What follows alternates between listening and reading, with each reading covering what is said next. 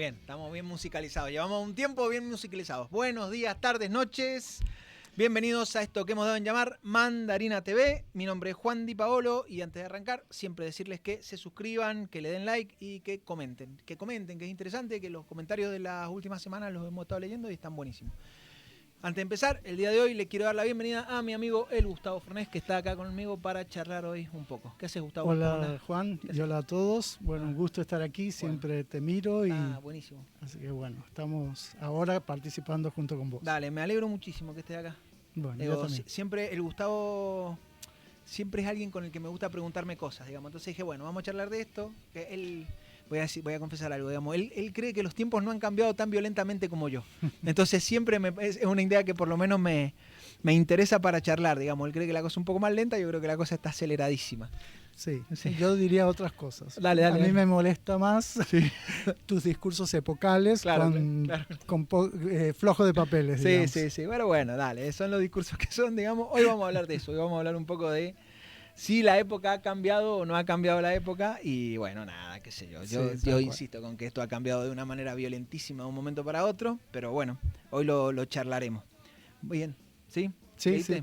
Vamos a hablar de este librito con el amigo Agustín Valle en el día de hoy, que la verdad que nos ha gustado muchísimo este librito que ha publicado Paidós.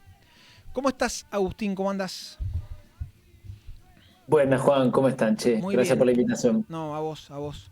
¿Vos crees que los tiempos han cambiado mucho o poco? Últimamente.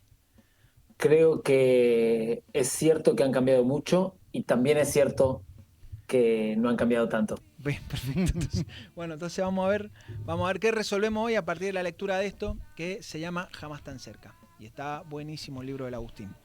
Vamos a empezar preguntándote esto. Mira, primero voy a hacer una introducción sencilla del libro, digamos. A mí el libro me ha gustado mucho, pero más allá de eso, está escrito de una manera muy sencilla y está escrito de una forma poética, donde evidentemente el Agustín se ha interrogado sobre los síntomas que siente su cuerpo frente a la relación con la pantalla, y eso está contado de una forma brillante, paso por paso, adentro de todo el libro.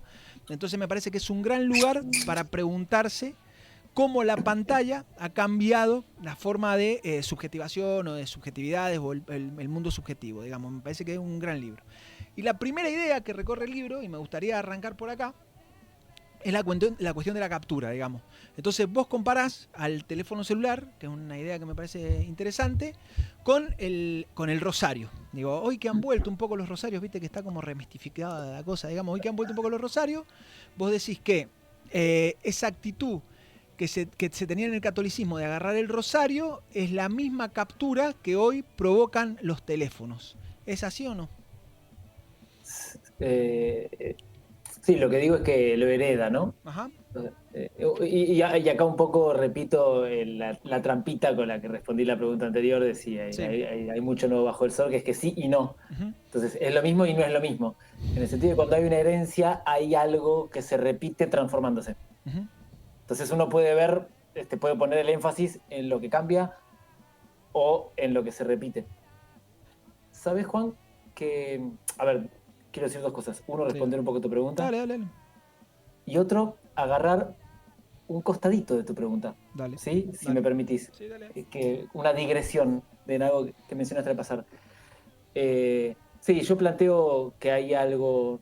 Igual sabés que es algo que a mí se me ocurrió, es de las cosas que sí se me ocurrió, tal como vos decías, digamos, relevando lo que me pasaba personalmente y lo que veía en un bondi, me acuerdo, en un colectivo, que era tocarme el bolsillo, ¿viste? Tocar el celular, como que me agarraba del celular, como si hubiera distintos niveles de la alienación o de la enajenación conectiva, ¿no? Uno, el escroleo, estar pegado en el escroleo, o el chequeo, estar chequeando, chequeo, a ver si hay algo, chequeo el mail, chequeo el WhatsApp, chequeo el Instagram, chequeo el OkCupid, chequeo el esto, o el mirar la hora, o hay el umbral más mínimo, digamos, sería el simplemente tocar el aparato, agarrarlo, y lo que sentí era que nos agarrábamos al aparato como que daba una microdosis ansiolítica, ¿no? Que se reducía apenas la ansiedad, por cuanto, bueno, reconfirmo que acá estoy, ¿no? Que estoy paradójicamente acá estoy en tanto y en cuanto tengo el aparato que me conecta con un más allá. Sí. Y reconfirmar que existo en tanto y en cuanto tengo un aparato que me conecta con un más allá es algo parecido a lo que hacía el rosario, ¿no? Que lo agarrábamos para agarrarnos paradójicamente de lo incorpóreo, de lo abstracto, ¿no? De lo divino.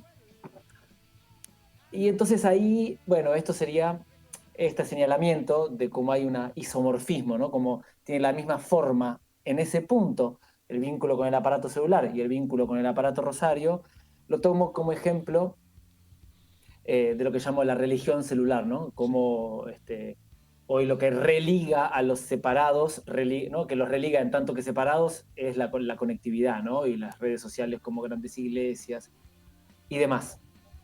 Que me parece que es un punto de vista, ¿no? Como una clave para observar todo un campo problemático, ¿no? Lleno de cosas, problemas particulares. Ahora, me llamó la atención cuando vos dijiste, esto tiene un revival, ¿no? Esta remistificación del catolicismo, sí. Que comparto con vos esa percepción. Sobre todo, ¿sabes desde cuándo? Bueno, desde que cambiamos a Chávez por Bergoglio, o sea, desde que se murió Hugo Chávez, y al día siguiente de que se murió Hugo Chávez, Bergoglio pasó a ser Francisco, creo que fue al día siguiente o a los 2 días. Pero y después, desde que resurreccionó Cristina Fernández de Kirchner, después de que fue gatillada en la cabeza y en vez de morirse, no se murió, y donde reapareció en público, en la Basílica de Luján. Mientras la gestión de lo cotidiano, es decir, de la economía de loicos, de lo concreto, de lo doméstico, estaba encomendada a un chabón de apellido Massa, que es casi como si dijéramos materia, ¿no? La masa ¿no? Se gestiona de una manera y Cristina reaparece respaldada por el espíritu divino del cristianismo. Y cuando te escucho, como si hubiera ahí como una especie de desdoble del peronismo, ¿no? Por un lado el espíritu, por otro lado el cuerpo. Y te escuchaba a vos y me preguntaba, porque vengo observando esto mismo que vos señalabas, a veces como con mala conciencia de mi parte, lo confieso, pero me pregunto si acaso es como si hay un síntoma, si hay un repliegue en la vieja religión contra la desorientación que produce esta nueva religión que organiza la vida, ¿no? Que es la conectiva. Entonces, espantados por la religión celular, muchos eligen retrotraerse y buscan una reposición de la religión del espíritu anterior, ¿no? Es una pregunta. A mí, en el mismo sentido, digamos, y ya después lo dejamos al Gustavo, pues, en el mismo sentido, a mí me parece que lo que y por eso creo que el cruce es tan epocal, digamos, porque eso me parece que el cruce es fuertísimo, que lo que se ha roto es el régimen de verdad, digamos. Y que el régimen de verdad anterior tenía una estructuración, y esto hablábamos un poco la semana pasada con el Fernando Peirone, digamos, tenía una estructuración que estaba armado en función del relato argumental, ¿no? Introducción, desarrollo, cierre, y ese régimen de verdad, que era el régimen de verdad de la racionalidad, había estructurado instituciones, formas de vida y demás, técnicas, instituciones, técnicas, formas de vida, que tenían un principio y un final, digamos, que no eran estas tecnologías del infinito. Me parece que cuando las tecnologías del infinito se imponen como tal, modifican, pero no porque se hayan modificado solo la tecnología, y vos sabrás entenderme, digamos, sino porque se ha modificado, entiendo yo, el patrón de acumulación a nivel internacional, y esa modificación del patrón de acumulación a nivel internacional, lo que termina modificando es, otra vez, el modo de vida. Entonces hay que construir un nuevo régimen de verdad. Por eso me queda la sensación a mí que hay una necesidad de remistificar algunas cosas, porque la razón, también lo decíamos la semana pasada, también es un mito, digamos, la razón también funciona como mito, también es una creencia, digamos. Como se quiebra la razón, hay que volver a construir verdades, y me parece que ahí hay una búsqueda de este saber mitológico nuevamente, digamos. De hecho, uno va a la librería y se ha vuelto a poner de moda Joseph Campbell, por ejemplo, digamos, que lo hablábamos también. Digo, esas cosas que parecía que estaban ocultas, terminadas, están de nuevo dando vuelta para que todos podamos acceder, ¿no? Entonces vemos que discutimos la política cuántica con un rosario puesto en el cuello, que está bueno, pero digo, hay algo que puede ser que continúe o que se busque en el pasado, pero hay algo que es novedoso, ¿no? Claro, sí, como... Pero entonces, ante el desconcierto, ante lo novedoso, lleva a buscar, a meter mano a lo disponible, a los últimos recuerdos de relatos y de regímenes de verdad, que ¿no? En ese sentido sería sintomático esa reacción. Sí. ¿Vos qué decís? ¿Que sí o que no? ¿Que sí es sintomático? No, que si anda por ahí la cosa o que no. Sí, sí, me parece que sí. Me parece que, digamos, lo que se entendía por verdad. A ver, ya la noción misma de posverdad Sí, claro, rompe la idea de verdad. rompe la idea de la verdad y además asigna la verdad a determinado régimen de verdad, Sí. ¿no? Entonces son los criados en un régimen de verdad los que no pueden admitir que ahora la verdad es otra cosa, ¿no? Entonces lo llamamos posverdad, como un poco como pasa también en lo biográfico, que es entendible que uno cree que aprende cómo es el mundo, ¿no? Y después atestigua lo que le pasa al mundo, ¿no? Sí. Y entonces, en realidad uno registró como el ser del mundo a eso, al modo que el mundo era cuando uno se formó, ¿no? En el contexto cognitivo de crianza. Sí. Entonces, lo que era la verdad cuando ciertas generaciones nos criamos, queda como con potestad de la verdad, Sí. sin poder admitir que hay regímenes de verdad fluidos, celulares, reticulares, nerviosos, que no están apoyadas en el logos, en la linealidad, en la acumulación, en la demostración científica, etcétera, etcétera, ¿no? Que tiene más que ver con adecuación de un cierto signo a el cierto estado nervioso, perceptivo o afectivo de un cuerpo. Sí, sí. A mí me parecería interesante para los que van a ver el programa que nos cuentes un poco cuál es el eje central de tu texto, algunas claves para leerlo y para interpretarlo, ¿sí? Uno lo ha leído, uno te ha escuchado, sabía que ibas a responder, en parte sí, en parte no, porque te he visto argumentar en ese sentido muchas veces, ¿sí? Donde te dicen, bueno, lo novedoso, pero, y te acuerdas acontecimientos del pasado que reafirmarían que esto que estamos viviendo ya se vivió en algún otro momento. Entonces, en ese sentido, sospechaba que tu respuesta iba por ahí, y además de que en tu libro uno no puede dejar de pensar en Weber, por ejemplo, el proceso de desacralización que produce la modernidad, y vos, hay una serie de cuestiones que pones en cuestión, diríamos, en lecturas de la historia que son ya casi instaladas, ¿no? Sí, Respecto de, por ejemplo, el proceso de, en lugar de lo sagrado, parecía que la razón había derribado con eso, bueno, una serie de cuestiones que podríamos charlar también. Viste que Nietzsche dice, toda línea recta miente. Sí. Claro. La verdad siempre es curva. Sí, sí. Y tendemos, ¿no? Como por la guerra, por la atención, la crisis de la presencia, la escasez del tiempo, tendemos a buscar como respuestas medio univalentes que rápidamente, ¿no? Cierren o respondan. Cuando la verdad es en general más complejo y a veces poder devolvernos capacidades analíticas y de observación más complejas, es decir, que admitan la contradicción, resulta al menos sosegador, ¿no? No tenemos que tomar partido y abrazar dogmatismos univalentes que son tan vacíos que necesitan una crispación muy alta, ¿no? Para sostenerse, que un poco es lo que reina. Después, bueno, la verdad me parece una pregunta muy generosa, tanto conmigo como con los oyentes. El libro Jamás tan cerca se llama Jamás tan cerca porque hay un verso de César Vallejo, el poeta peruano, de su poema Los Nueve Monstruos. El verso dice, jamás tan cerca arremetió lo lejos. Y a mí me encanta porque me parece, esto escrito en la década del 30, ¿no? Que está diciendo ya en ese entonces que hay algo que es lo lejos, que yo leo, digamos, en equivalencia con lo que, por ejemplo, 30 años después, Guy Debord llama el espectáculo, ¿no? El espectáculo como lo separado, ¿no? Que un poco Walter Benjamin también ya señalaba en esa misma época que Vallejo y demás, ¿no? Hay algo que es lo lejos, que serían instancias separadas de lo sensible y que, sin embargo, digamos, en nombre de las cuales se gobierna a lo sensible. Sí.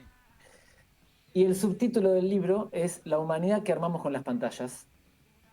Y ahí la conjugación del verbo que armamos con era adrede porque en general las interpretaciones plantean preguntas en términos de qué efectos tienen o qué impacto tienen, ¿no?, las pantallas en como si estuviéramos afuera, ¿no? Como desde una exterioridad, que entonces implicaría que existe la vida medio natural, medio original, medio neutral, y llegan las pantallas y tienen impacto sobre la vida, ¿no? Pobrecita la vida verdadera, que se ve como corrompida por la tecnología que de algún lugar llega y le impacta. A mí me parece que la vida humana, bueno, a ver, entonces el libro mío lo que viene a plantear es que las pantallitas conectivas, son la técnica clave de nuestra época y que el humano siempre organiza su forma, dado que la forma del humano siempre es histórica, ¿no? Que no hay una forma natural del ser humano, que lo natural, el ser humano, es que necesita crear modo de vida para existir. No existe nunca la vida humana a secas, fuera de modos de vida, ¿no? Y esto nos diferencia del resto de los animales, ¿no? Que pueden vivir con su bagaje instintivo. Nosotros, allí donde hay humanidad, se crean modos de vida. Y esa creación de modos de vida es creación de técnicas de vida, ¿no? De hecho, la palabra técnica y la palabra modo en usos coloquiales pueden ser sinónimos. Esto lo hago de un modo, lo hago con una técnica. Y la técnica con la que organizamos la vida en la sociedad contemporánea es eminentemente la técnica conectiva. Y con esta Marshall McLuhan, ¿viste? Sí, decía, damos forma a nuestros artefactos y luego nuestros artefactos nos dan forma a nosotros.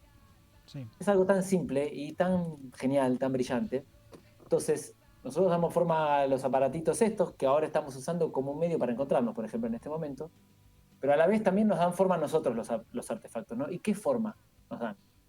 Entonces, por ejemplo, para poner un ejemplo, a ver, había un chabón que se llamaba André Audricourt, un intelectual muy raro, que era botánico, agrónomo el chabón, y lingüista, franchute. Y el tipo decía, ¿por qué compara Oriente con Occidente, ¿no? Muy a grosso modo? Dice, ¿por qué la mentalidad oriental es tan dada a la espera, ¿no? Al mero estar.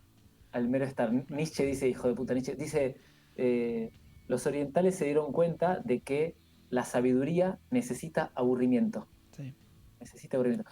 Y Audricourt dice, ¿por qué? Porque su modo de producción de subsistencia era eminentemente jardinero. Creaban las condiciones de los espacios de plantación y sus cultivos preeminentes después requerían la espera, no requerían la intervención permanente. Mientras que entonces se genera una mentalidad de espera, mientras que en Occidente, en torno al Mediterráneo, la técnica de vida fue sobre todo la ganadera, la pastoril.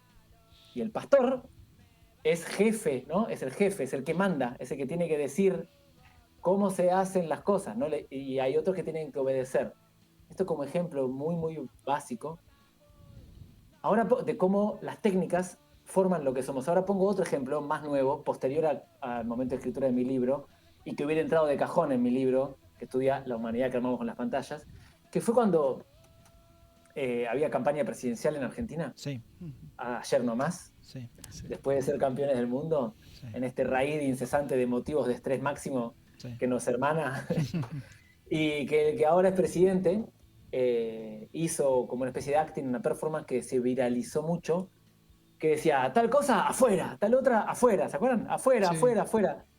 Y el gesto era el mismo gesto que hace cualquiera mandando afuera de la pantalla lo que no quiere ver, ¿no? Era la facilidad, el absolutismo higiénico con la que solo la pantalla nos ofrece que saquemos de nuestra vista lo que nos molesta. Sí.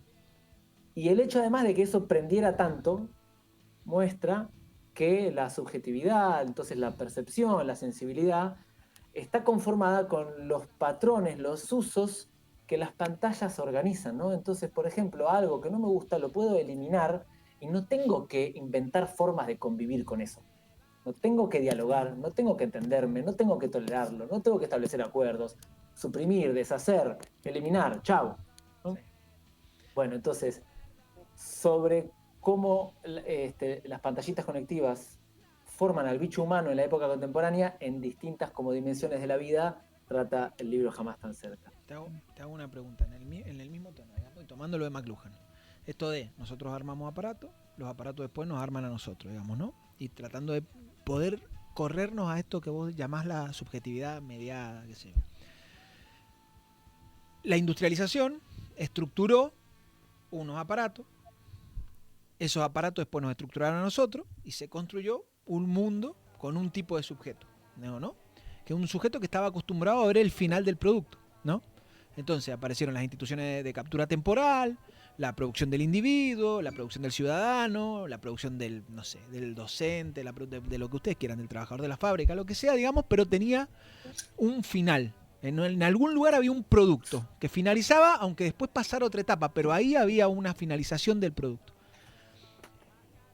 Esta nueva técnica que creamos nosotros, pero que ahora nos crea o nos recrea, digamos, no finaliza.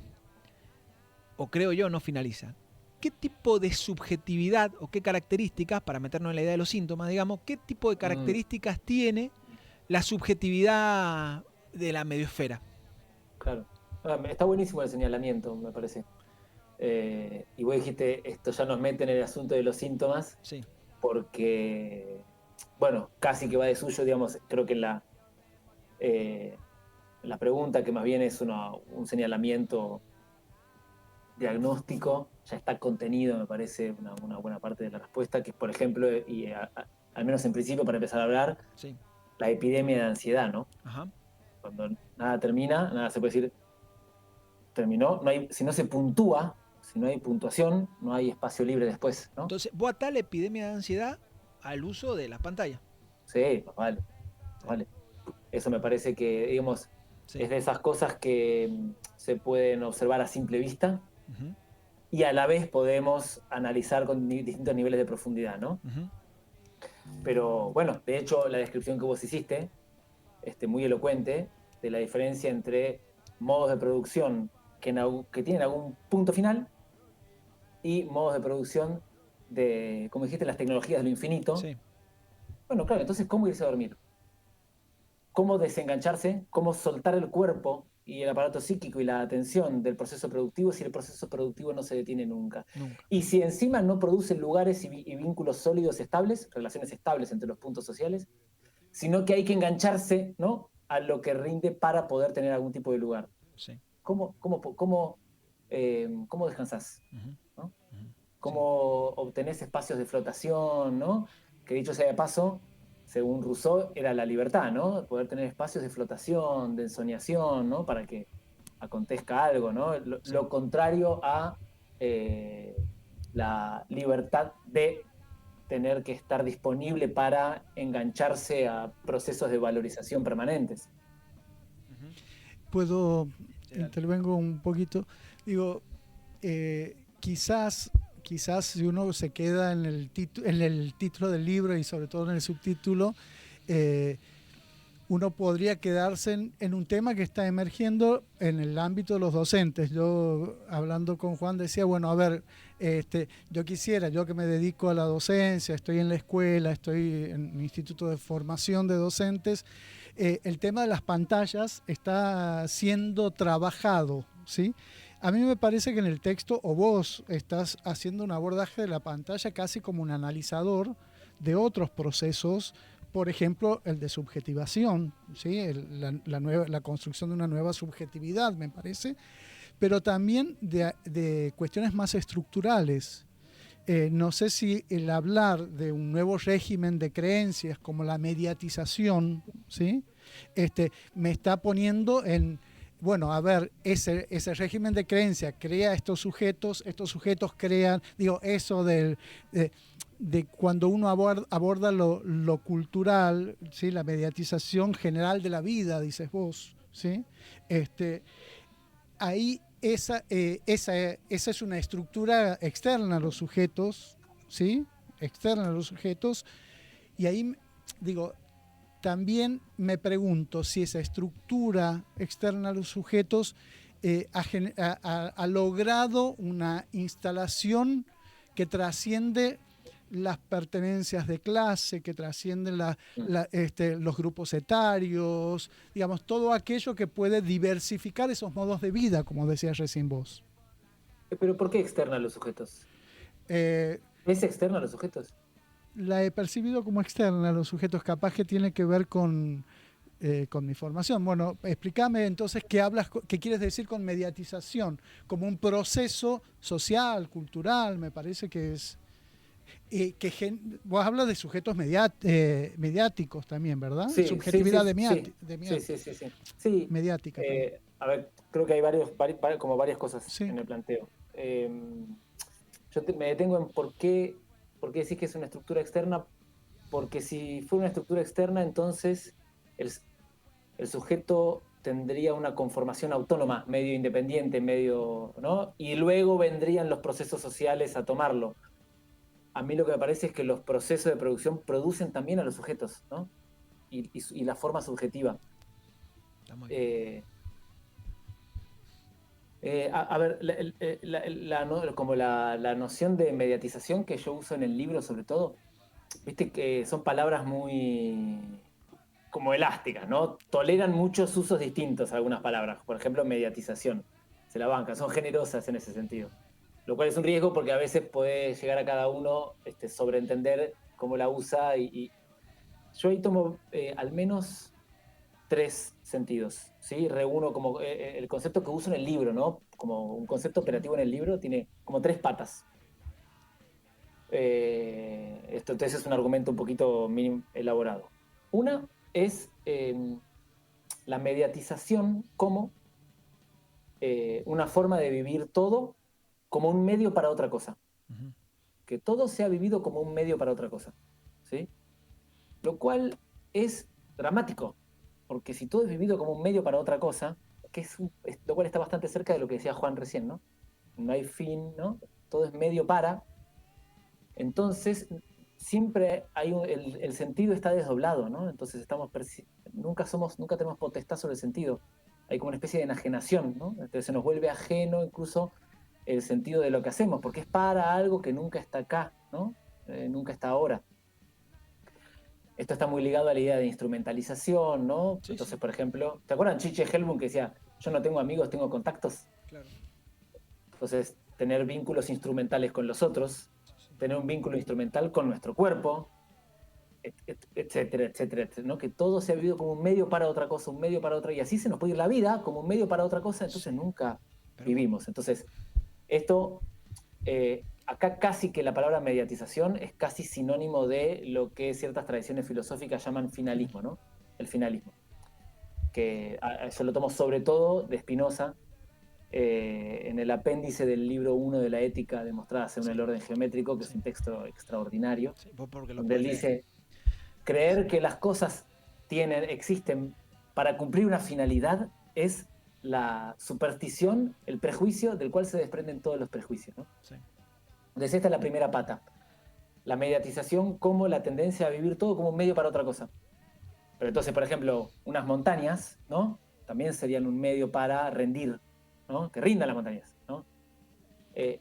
Segunda pata, una idea de Paul Virilio, este arquitecto francés devenido ensayista, que dice, algo muy simple, estar mediatizado es estar privado de nuestros derechos inmediatos. Ujú. Sí, sí, es así. Viste que De la el preámbulo de potencia. la... ¿Cómo? Estás privado de la potencia, digamos, porque la Privado de la potencia potencia. necesita. Sí, Pero sobre todo de las potencias sí, inmediatas, sí, sí. ¿no? Es así. ¿Viste el preámbulo de la Constitución? Esto me acuerdo que lo señalaba Luis Zamora. ¿Por qué no dice el pueblo delibera y gobierna a través de sus representantes? Podría decir eso, Sí. pero en vez de eso dice el pueblo no delibera ni gobierna, Si sino no, a través de sus representantes. Cuando lo podemos solo mediante alguna instancia externa a la que delegamos nuestra fuerza, ¿no? sí. Eh, entonces, y ahí Virilio dice derechos, ¿no? Pero como bien dice Juan, derecho es potencia, ¿no? Porque ¿qué es un derecho? Es poder algo, ¿no? Un derecho es poder algo. Entonces, cuando lo que podemos queda dependiente de ciertos, por ejemplo, artefactos, bueno, esta sería la segunda pata de la mediatización, ¿no? Que todo se ha vivido como un medio para otra cosa, que estemos privados de la inmediatez de nuestras potencias y la tercera pata de esta categoría se apoya en el historiador argentino Ignacio Leucovitz, que tiene una definición del concepto de subjetividad que a mí me gusta mucho, que es muy simple y que dice, otra palabra muy abusada, ¿no? La subjetividad, Ignacio Lecovis decía, la subjetividad no es el temperamento personal, las opiniones de cada uno, ¿no? Ni siquiera la ideología, no es... yo te lo digo desde mi subjetividad. Dice, la subjetividad es el conjunto de operaciones que es necesario para evitar determinadas circunstancias. Entonces, por ejemplo, no era lo mismo el conjunto de operaciones necesario para evitar las circunstancias del capitalismo fabril fordista, pienso en Chaplin, donde hay que callarse la boca, obedecer, ser repetitivo, hacer lo mismo que hacía mi papá, mi abuelo, etc., que evitar las circunstancias donde hay que ser proactivo, trabajar en equipo, flexible, etcétera, etcétera, etcétera. Entonces, circunstancias eminentemente mediáticas, es decir, con omnipresencia en medios de comunicación, de tecnologías comunicacionales, son también circunstancias mediatizadas. Entonces, en el libro, yo trato esta palabra, la mediatización, como un concepto que tiene esas tres patas, ¿no? Como en circunstancias repletas de maquinitas que son medios de comunicación, nuestras potencias inmediatas quedan delegadas en las máquinas y a la vez la vida pasa a ser vivida como un medio para otra cosa. Sí. Me parece interesantísimo lo que decís.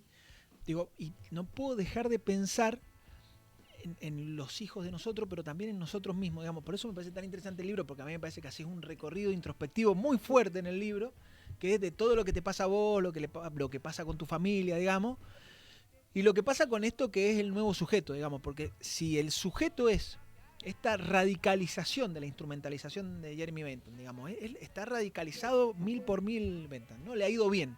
A Bentham le fue bien. ¿Por qué? Sí, le fue muy bien. Un hit. Sí, claro, porque digo, porque por más que estuviera enajenado el trabajador industrial fabril, digamos, por más que estuviera enajenado, un día veía el producto. Después no lo poseía, podía construir la lucha social para poseerlo, digamos, la distribución del ingreso, lo que fuese, digamos, la lucha por los derechos, no sé, lo que fuese, la organización sindical, un montón de cuestiones que permitían o no acceder a eso, pero había una posibilidad de pelear con eso.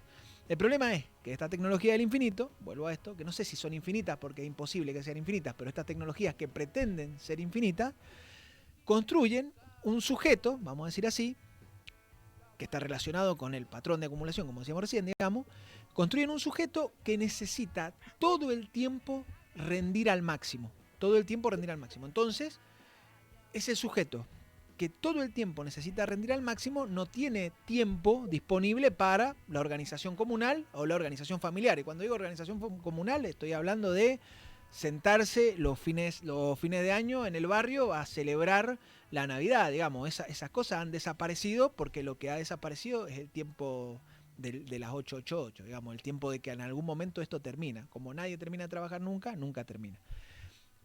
Y entonces nos metimos un poco recién en los síntomas y vos mencionaste la ansiedad, que a mí me parece interesante. Digo, ¿en qué otros síntomas lo podemos ver en los jóvenes, en nosotros mismos, digamos, a esto que está pasando es que somos cada vez más sujetos del rendimiento perpetuo? Yo creo que, por ejemplo, el sueño, esto lo elabora también Jonathan Crary en un gran libro que es 24/7, zarpado libro, el capitalismo tardío y el fin del sueño. Y él dice, bueno, los yanquis tienen mucho más estadísticas y data, ¿no? Y entonces toma data sobre la cantidad de sueño neto de la población yanqui. Sí. Y es increíble cómo fue descendiendo en los últimos 100 años. Sí. Ahora, sin estadísticas generales, yo creo que cualquiera se pregunta a sí mismo, a la gente con la que vive, a sus vecinos, a sus amigos, a sus conocidos, cómo vino durmiendo, compara con, qué sé yo, si más o menos podemos acordarnos, 20, 30 años atrás, y me parece que es palpable que cada vez a cada vez más gente le cuesta dormir bien, ¿no? Sí. Lo cual es muy radical desde el punto de vista de la especie, ¿no? Sí. Que sea difícil dormir, y tiene un montón de implicancias, porque yo creo que Hobbes dice esto: dormimos descansando en la vigilia de los otros. Uh-huh. Necesitamos la sociedad para dormir, ¿no? Necesitamos descansar en cierta confianza en los otros para poder irnos a dormir, ¿no? Sí. Que ahora tengamos adentro, como decía el filósofo, un poco este escenario que vos describías recién, Juan, donde hay que rendir al máximo y entonces no nos podemos dar el lujo es como estar entregado a a la ley de la selva, como que cada cual depende de sí mismo y punto, cada cual tiene su vida. Y eso encima se nos quiere vender, que es un lujo, digamos, claro. De la forma más radical, ¿no? De la forma más radical. Y a mí me parece que eso también tiene implicancias y casi hasta diría sintomatología política, porque, digamos, al que hace 8 años, ¿qué año estamos? 8, 9 años, ¿cómo pasa el tiempo? Se lo trataba de emprendedor, ¿no? No sos un empoderado, ¿no? Lógico, a mí que me viene yendo bien, no quiero que me digan que soy un empoderado, que el Estado me dio cosas, quiero que me digan que soy un emprendedor, que por mi propio esfuerzo tengo ahora los bolsillos y capacidad de consumo. Pero a ese mismo tipo subjetivo ni siquiera hace falta que tenga guita en el bolsillo, porque aún si está teniendo que ver, no digo cómo llega a fin de mes, cómo llega a final del día, y estoy pensando en la gente que digamos, que nació con la peor suerte de la pirámide social, todavía sigue siendo motivo de orgullo sobrevivir, y sobrevivir por tus propios medios, ¿no? Nadie me ayuda, nadie nos ayuda, cada cual depende de sí mismo, y yo sobrevivo. Y eso es entendible que genere orgullo, ¿no? Ahora, genera orgullo dentro de una tendencia subjetiva donde cada cual tiene que estar rindiendo y depende de sí mismo para sobrevivir o para progresar, cada cual según lo que le toca, ¿no? Sí. Está muy bien, está muy bien. Sí, no. Yo pensaba en lo que pensaba en los Ponzi. Esto que se levantan a las 5 de la mañana, que está muy de moda, digamos, el estoicismo, viste que se ha puesto de moda el estoicismo, digamos, digo, como una forma cultural del esfuerzo, digo, ilimitado del cuerpo. Entonces te levantás a las 5 de la mañana y vas a triunfar, digamos, como si las condiciones dependieran de que te levanté o no a las 5 de la mañana para triunfar. La verdad que hay un contexto que, bueno, pero sin embargo, se generan ese tipo de subjetividades, y ese tipo de subjetividades tiene una imbricación política fuertísima, digamos, que en este caso, voy a decir así para generalizarlo, digamos, para no hacerlo tan coyuntural. En este caso, las nuevas derechas, vamos a decir así, han logrado, captar mucho mejor que los movimientos populares. En algún momento, en algún lugar resuena lógico, digamos, pero bueno, nada, estaría bueno pensarlo por lo menos. Pero ¿y por qué los Ponzi? ¿Qué relación hay entre los Ponzi y levantarse a las 5 de la mañana? Porque los Ponzi se tienen que levantar a las 5 de la mañana y lavarse la cara con agua muy helada, digamos, que es como una cosa del sufrimiento permanente. No es así nomás ser Ponzi, digamos, no alcanza si no te forzás, digamos. Hay que hacer deportes desde las 5 de la mañana hasta las 7, porque a las 7 hay que empezar a laburar. Aparte porque la bolsa de comercio de Japón no abre a la misma hora que el negocio de la tía Marta en la esquina, digamos. Abre a las, no sé a qué hora abre la bolsa de comercio de Japón, pero me parece re interesante, sí, ¿eh? sí. O sea, el lugar que le queda al cuerpo y a la potencia Claro. sensible del Sí, cuerpo. Claro. En ese patrón del valor, digamos, ¿no? Sí, y que haya que sufrir, que el cuerpo necesite sufrir para que haya sentido, ¿no? Sí. Algo que me preguntaba yo, en cierta manera, no sé si a vos, este libro, este texto, te han ido llevando en este último tiempo hacia lo que estamos viviendo a nivel nacional. ¿Sí? El gobierno nacional, porque vos lo has dicho, lo he escrito antes, pero cabría perfectamente, lo acabas de decir, y creo que muchos, entre ellos yo, en esas discusiones que tenemos con Juan, digamos, el tema de la perplejidad que me produce que la experiencia, vos en algún momento te lo he escuchado decir, digo, las experiencias del cuerpo parecen estar disociadas con las representaciones, digamos. Se impone una representación de lo que vivimos por sobre la propia experiencia del cuerpo. Digo, estoy desocupado, no encuentro trabajo, mi heladera está vacía, pero todavía confío, digamos, esa cosa de la preeminencia de una representación simbólica por sobre la experiencia corporal, ¿no? Sí. Eso me parece, digamos, que genera perplejidad, y ahí es cuando uno dice, bueno, una persona sin aparato, sin estructura partidaria, que llega mucho a través de las pantallas, digamos, que eso me hace replantear un montón de cosas, ¿no? Sí, es complejo, ¿no? O sea, una persona sin aparato, pero bueno, no tengo mi celular a mano, pero con aparatito, ¿no? O sea, sí. No tuvo aparato partidario gracias claro, exactamente. Sí. Después me parece que es complicado. O sea, por un lado, Sí, estoy de acuerdo. Que hay una disociación entre la experiencia real, entre comillas, del cuerpo y las representaciones con las que se sostiene la forma de vida y la cotidianidad. Por otro lado, pienso y toco de oído en Lacan y su idea de que vivimos siempre y sufrimos y nuestra vida se juega en la realidad como construcción psíquica sobre lo real. Sí. O pienso en Castoriadis y toco muy de oído con la idea de la constitución imaginaria de la sociedad y la idea de que también la vida se juega en significaciones.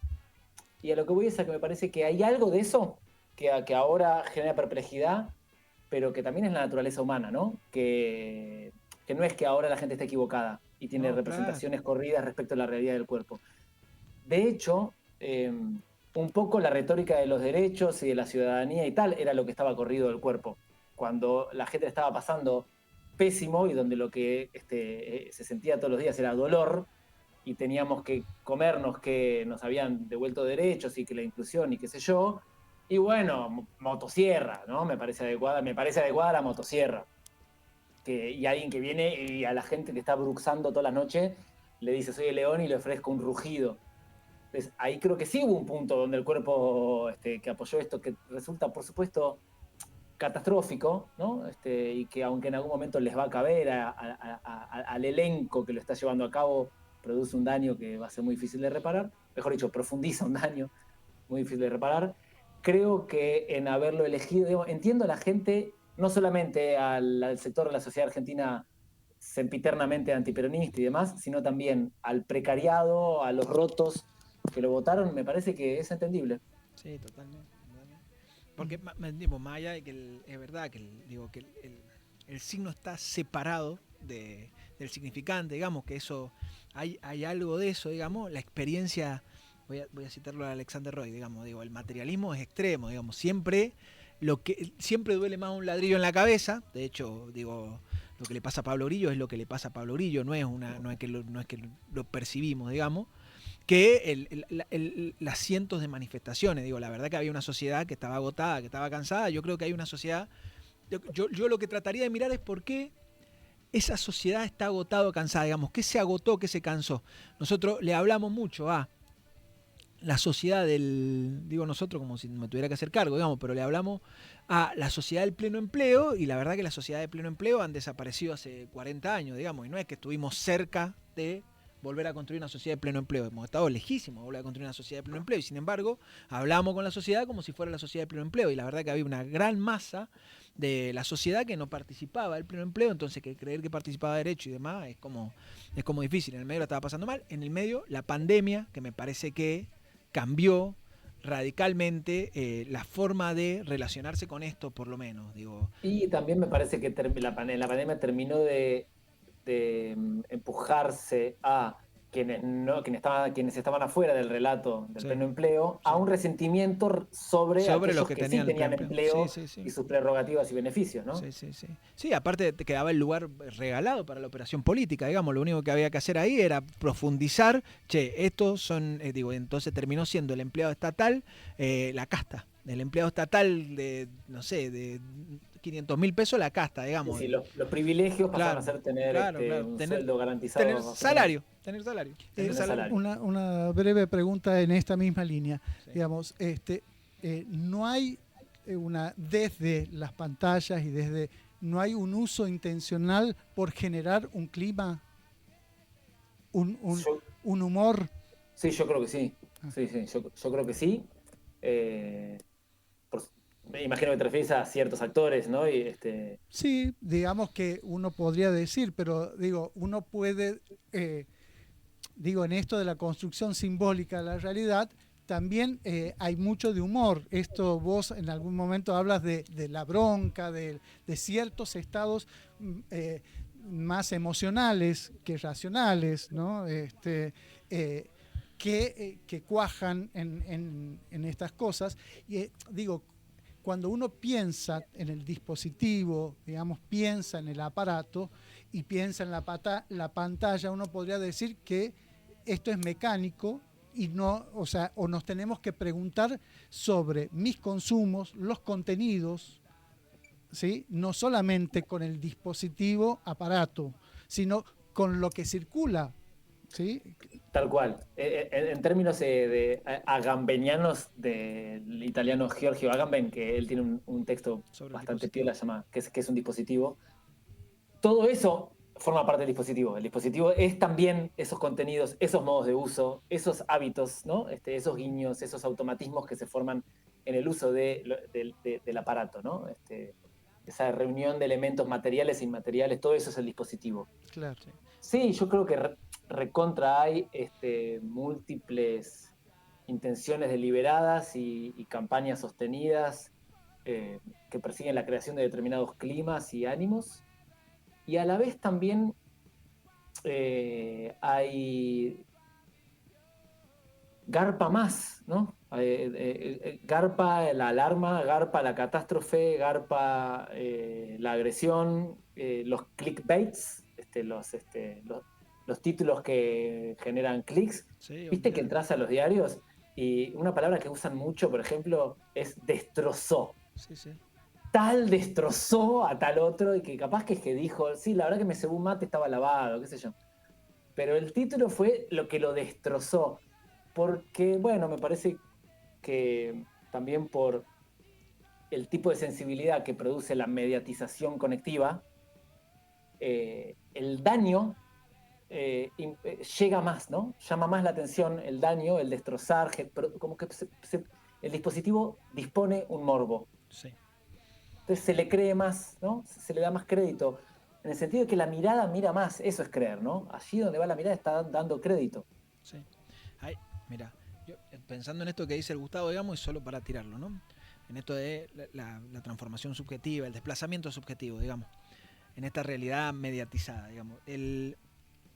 Que las existencias, como decía vos en el libro, tengan poco peso, digamos, las experiencias existenciales tengan poco peso, está estrictamente relacionado en cómo están estructuradas las experiencias acá adentro. Acá las experiencias son de segundos, digamos, ¿no? Entonces, cualquier experiencia por afuera de esto tampoco dura mucho más que eso, digamos.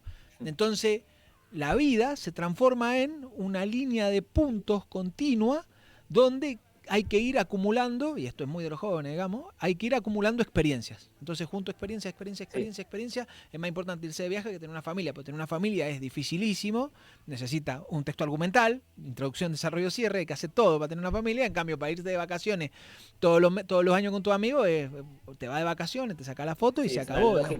lógica aditiva más que narrativa, ¿no? Claro, no hace falta la narración. Y Como acá la de los funciona. tatuajes, me Acá, sumo uno, me sumo otro, me sumo otro, me sumo otro, totalmente. me sumo otro.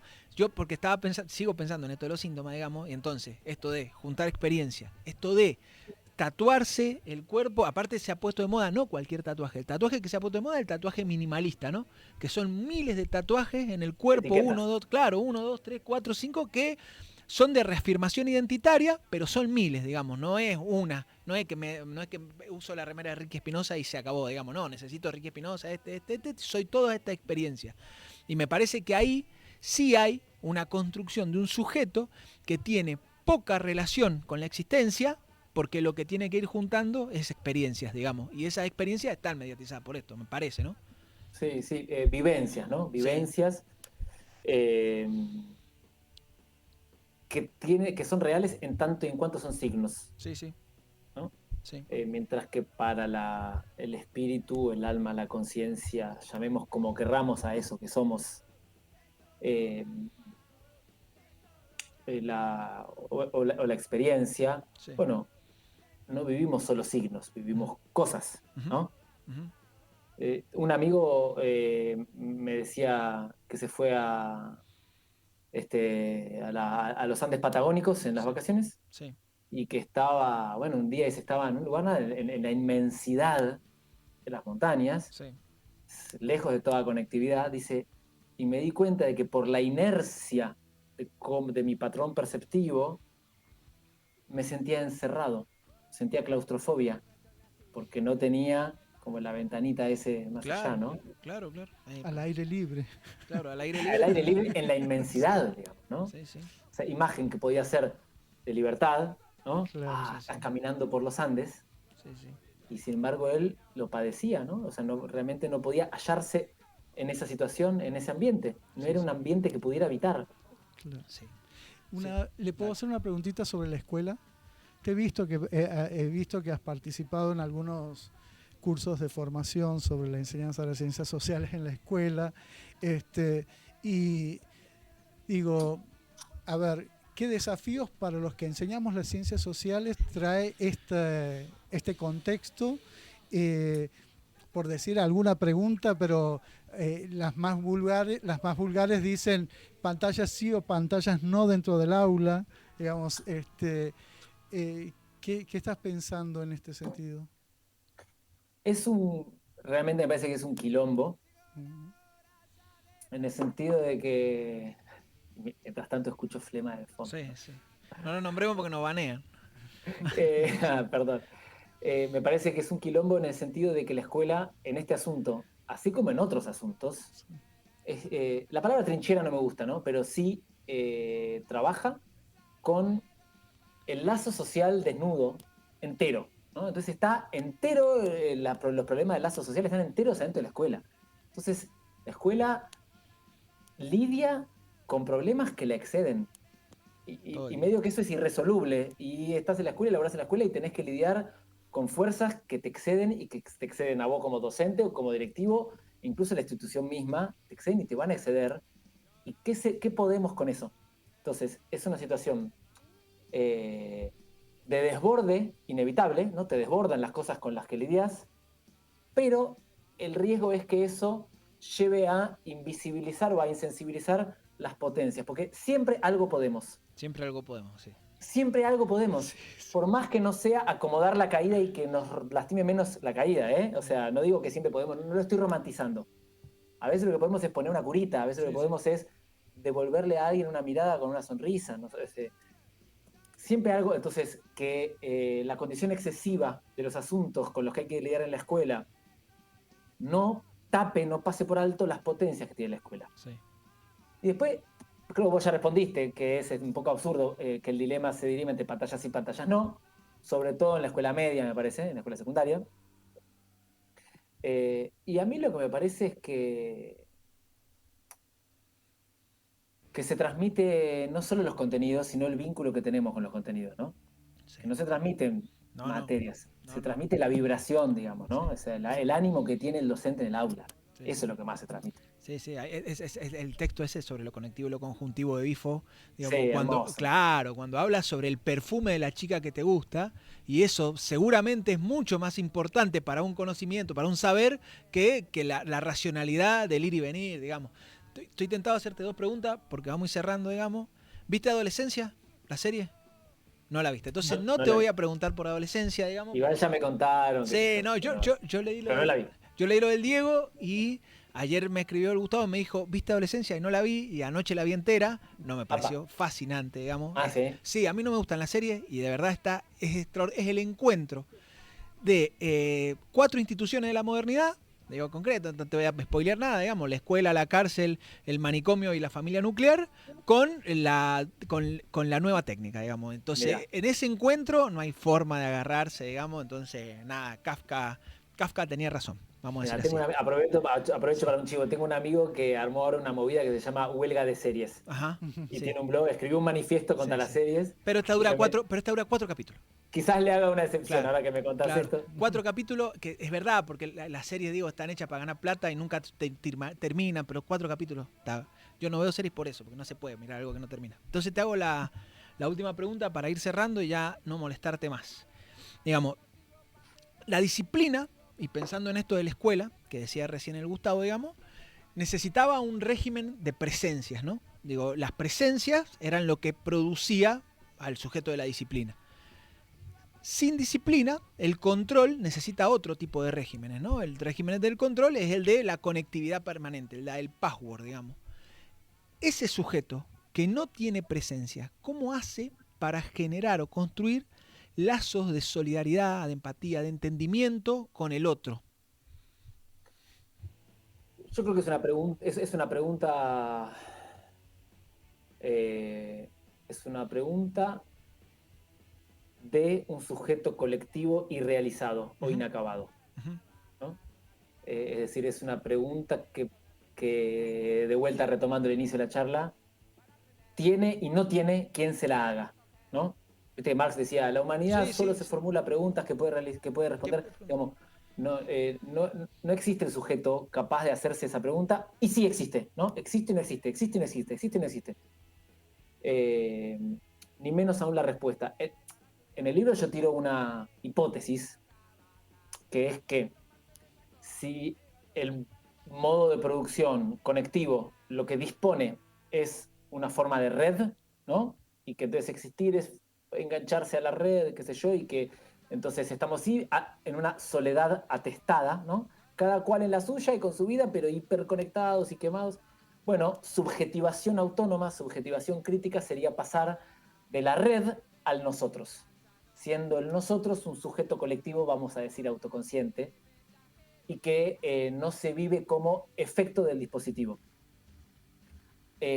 No sé, yo estuve en Buenos Aires, vivo en Buenos Aires, estuve acá en Buenos Aires hace 2 semanas en la marcha en apoyo a los jubilados, se me pone la piel de gallina, me emociona, la marcha en apoyo a los jubilados, convocada por hinchas de fútbol, en tanto que hinchas de fútbol, ¿no? Y además, a título de que jubilados vamos a ser todos. Entonces, ahí hay un sujeto abierto, difuso, que no tiene bordes institucionalizados, codificados, que no es ningún tatuaje, y a la vez entran ahí todos los tatuajes, ¿no? Yo con el mío del Club Atlético Boca Juniors y cada cual con el suyo, y nos encontramos en un punto común. Ahora, ¿cómo adopta corporalidad eso? Creo que ahí estamos como ciegos y tanteando, y de pronto nos aparecen experiencias, ¿no? Y lo que no habría que hacer, lo que creo que no deberíamos dejar de hacer, es de leer esas experiencias. Leer lo que pasó con el movimiento feminista, que me parece que fue el movimiento emancipatorio más potente, al menos en la última década. Leer lo que pasó con los movimientos sociales, leer qué pasó con los movimientos de derechos humanos, leer en las experiencias donde sí se producen lazos de fraternidad, de solidaridad, de cooperación, leer, sacar data sensible de ahí, ¿no?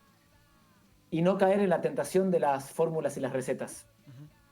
Sí, está muy bien, está muy bien. Te respondo otro poco evado. No, está muy bien, perfecto. Me hace acordar a la Silvia Duchaski la respuesta, te voy a decir la verdad, pero me parece perfecto. Entiendo que la palabra pero ahí, sí. Pero me parece perfecto. Sí. No, es que también deja las respuestas siempre abiertas y va a decir, bueno, pero ¿qué hacemos, Silvia? Bueno, no sé. Y es verdad, no saber, la potencia está en no saber, digamos. Hay que buscar el saber. Es que si no pasamos a tener como una especie de bandera abstracta, ¿no? Y hay que hacer fuerza para una consigna. Claro. Y la verdad que no. Está muy bien. Lo que pasa es que uno tiene... pero sí me parece que tenemos que no comernos comernos la menor cantidad de versos posible, no delegar nuestra potencia, no delegar el estado de ánimo. Hay cosas que sabemos que hay que evitar, ¿no? Sí, está muy bien. Y estar atentos a la marea, ¿no? Estar atento a la marea.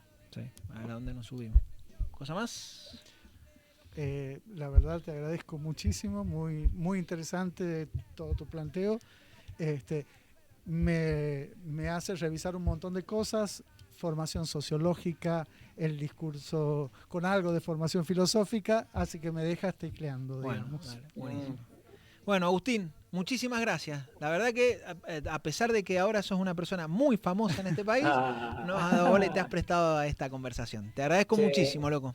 No hay nada que agradecer, la verdad que me encantó charlar con ustedes. Ojalá repitamos alguna vez. Dale, ojalá. Buenísimo. Te mando un abrazo grande, un abrazo a todos. Igual para ustedes. Gracias, loco. Chao. Muchas gracias. Bueno, ¿te gustó?